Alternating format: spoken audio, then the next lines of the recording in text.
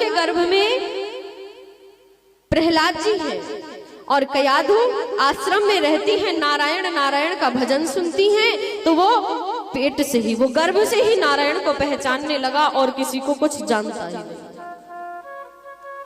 घर आई कयाधु, जब हिरण्याकश्यप तपस्या करके लौटा, घर लेकर के आया और बड़े स्नेह से अपने पुत्र को गोदी में बिठाया, बड़ा लाड़ लड़ा रहा है। अब मेरा बेटा, मेरा बालक विद्या अध्ययन के लिए जाएगा।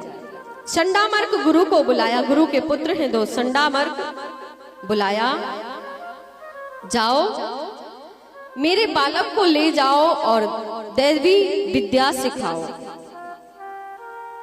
इसे इतना होशियार बना दो कि मेरे बाद मेरा छोटा बालक ही संभालेगा इस राज्य को।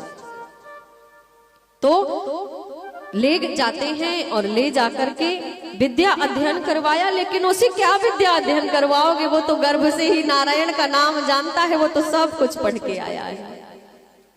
कुछ समय के बाद हिरण्याकश्यप ने बालक को बुलाया, बेटा आओ, क्या पढ़ के आए हो, क्या सीख के आए हो, आ जाओ मेरी गोदी में बैठो, सुनाओ। जब बालक हमारे पहले दिन स्कूल जाते हैं तो देखो माताएं पूछेंगी, बेटा क्या पढ़ा है आज, बताओ मैम ने क्या पढ़ाया है, सर ने क्या पढ़ाया है, क्या सीखा है, कितना प्रेम लुटाती है। ऐसे ही आज वो कह रहा है, इतने दिनों के बाद मेरा बेटा आया है, बताओ क्या सीख के आए हो, कौन सी विद्या का अध्ययन करके आए हो, बताओ मुझे सुनाओ। तब कहते हैं, पिताजी मैं सुनाऊं? हाँ, श्रवणम कीर्तनम विष्णु स्मरणम पाद सेवनम अर्चनम वंदनम दास्य शक्य आत्मनिवेदनम। नौदा भक्ति की पाठ पढ़ाने लगे। सबसे पहले अरे सुन करके खड़ा हो गया, क्या बोल रहे हो?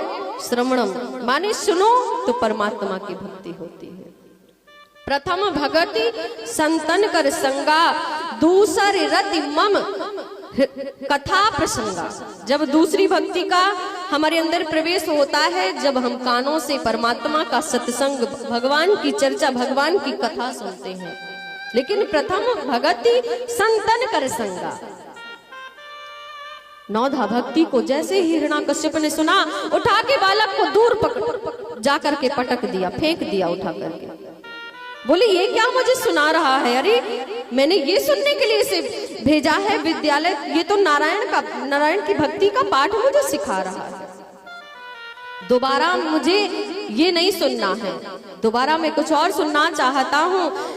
ले करके जाते हैं संडामर्क, बहुत समझाने का प्रयास किया, देखो प्रहलाद यदि तुम नहीं माने, तुमने नारायण का नाम लिया तो तुम अपनी जान से हाथ धो बैठोगे, तुम्हारे पिताजी तुम्हें मार देंगे, मरवा देंगे, तुम्हारी माताजी को भी बड़ा कष्ट हो रहा है, तो तुम मान जाओ, नारायण का नाम ना लो। लेकिन मन कहाँ मानता है, जिसे नारायण नाम का चस्का लग जाता है तो फिर तो वो पूरी जिंदगी बस उसी के नाम में मस्त रहता है।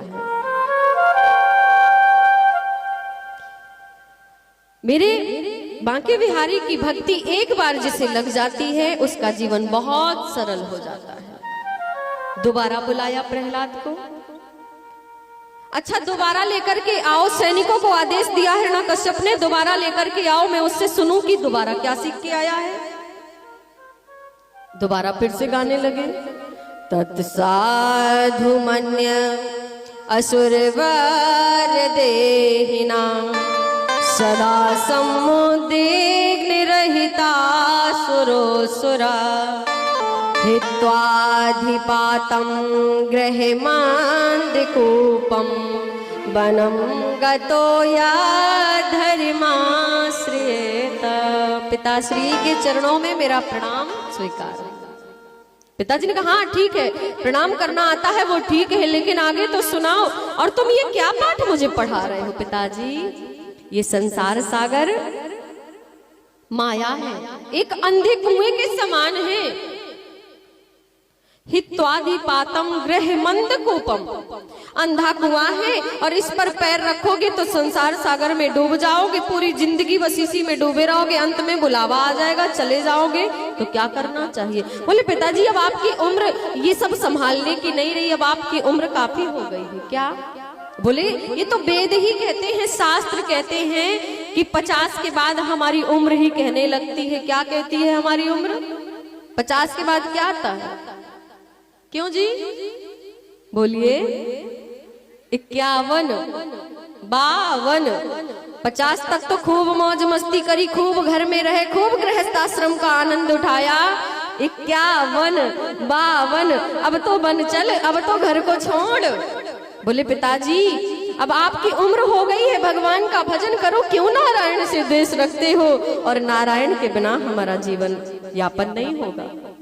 जैसे ही सुना नारायण का नाम, उठ करके खड़ा हो जाता है। तू मुझे क्या उपदेश दे रहा है? हाँ पिताजी मैं कह रहा हूँ अब आपकी उम्र ये सब करने की नहीं है, अब तो वन चले जाओ, भगवान का नाम लो।